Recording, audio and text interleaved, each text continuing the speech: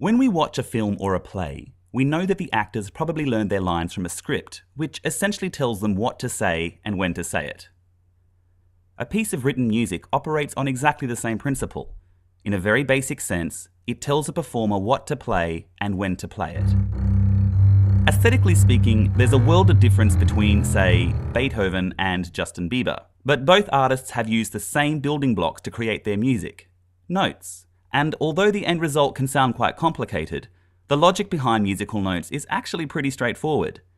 Let's take a look at the foundational elements to music notation and how they interact to create a work of art. Music is written on 5 parallel lines that go across the page. These 5 lines are called a staff, and a staff operates on 2 axes, up and down and left to right.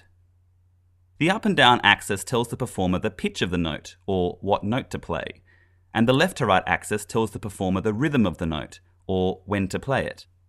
Let's start with pitch. To help us out, we're going to use a piano, but this system works for pretty much any instrument you can think of. In the Western music tradition, pitches are named after the first 7 letters of the alphabet: A, B, C, D, E, F, and G. After that, the cycle repeats itself: A, B, C, D, E, F, G, A, B, C, D, E, F, G, and so on. But how do these pitches get their names?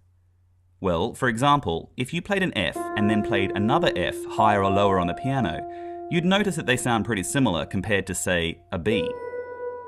Going back to the staff, every line and every space between 2 lines represents a separate pitch. If we put a note on one of these lines or in one of these spaces, we're telling a performer to play that pitch. The higher up on the staff a note is placed, the higher the pitch. But there are obviously many more pitches than the 9 that these lines and spaces give us.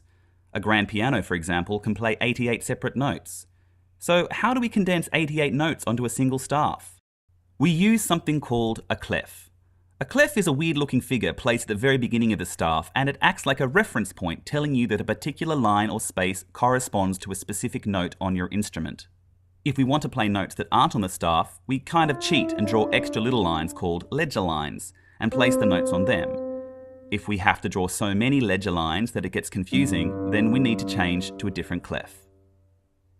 As for telling a performer when to play the notes, 2 main elements control this: the beat and the rhythm. The beat of a piece of music is, by itself, kind of boring. It sounds like this. Notice that it doesn't change, it just plods along quite happily. It can go slow, or fast, or whatever you like really. The point is that just like the second hand on a clock divides 1 minute into 60 seconds, with each second just as long as every other second, the beat divides a piece of music into little fragments of time that are all the same length. Beats.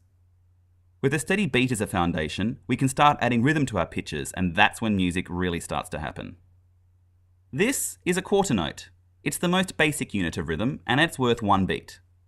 This is a half note, and it's worth 2 beats.